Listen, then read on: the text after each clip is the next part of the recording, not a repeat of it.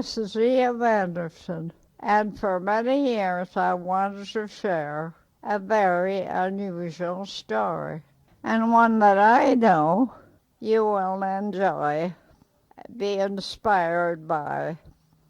When my husband Edward was just a young boy of 14 years, he decided for himself that he wanted to go to sea.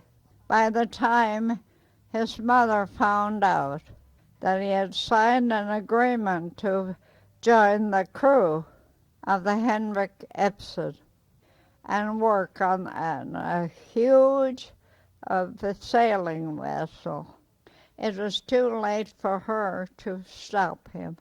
She worried that he was so young for such a hard life, but Edward did not realize he would miss the love and closeness of his family until he left home to go to sea. Edward was never able to forget praying mother and the warm and cozy home he left behind him.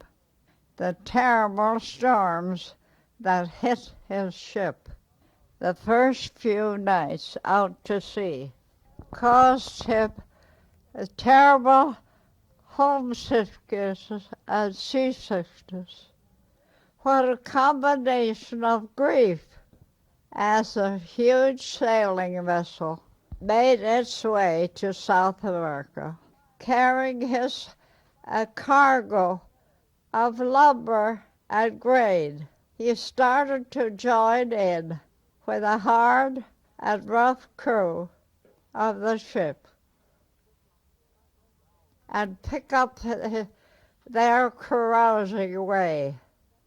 Edward became what they were and fit right in with them.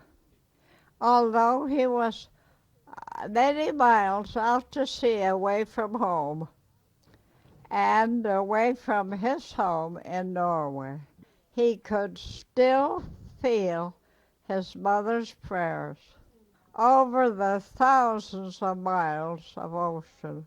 And time again, he was reminded of his mother's wishes to keep God in his life.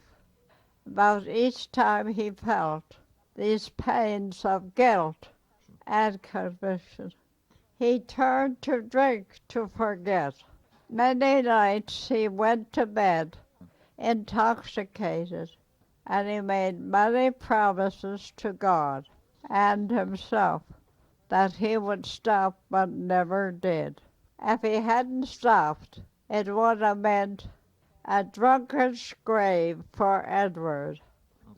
Edward told me of many of his experiences while he was at sea.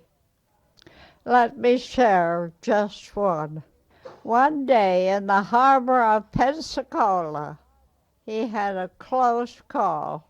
The lower part of the dock to which the ship was tied had planks that went right down below the waterline.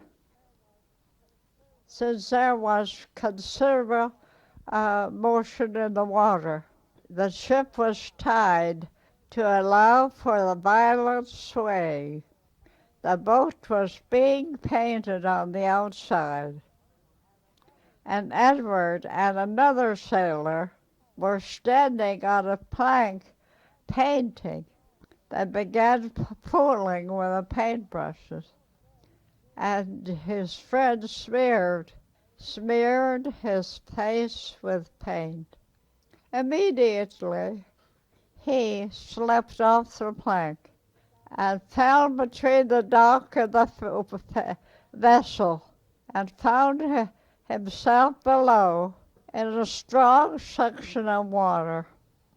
Had he been there 1 minute, he would have been squeezed to death. Between the dock and the boat, it flashed in his mind to dive under the planks to safety. he came to the surface on the inside of the planks, underneath the pier, and held to the slippery post. He knew this to be another warning from God. There he promised him he would serve him if he would rescue him. After it was all over and he was back to safety, he was reminded of the promise he made to God under the pier.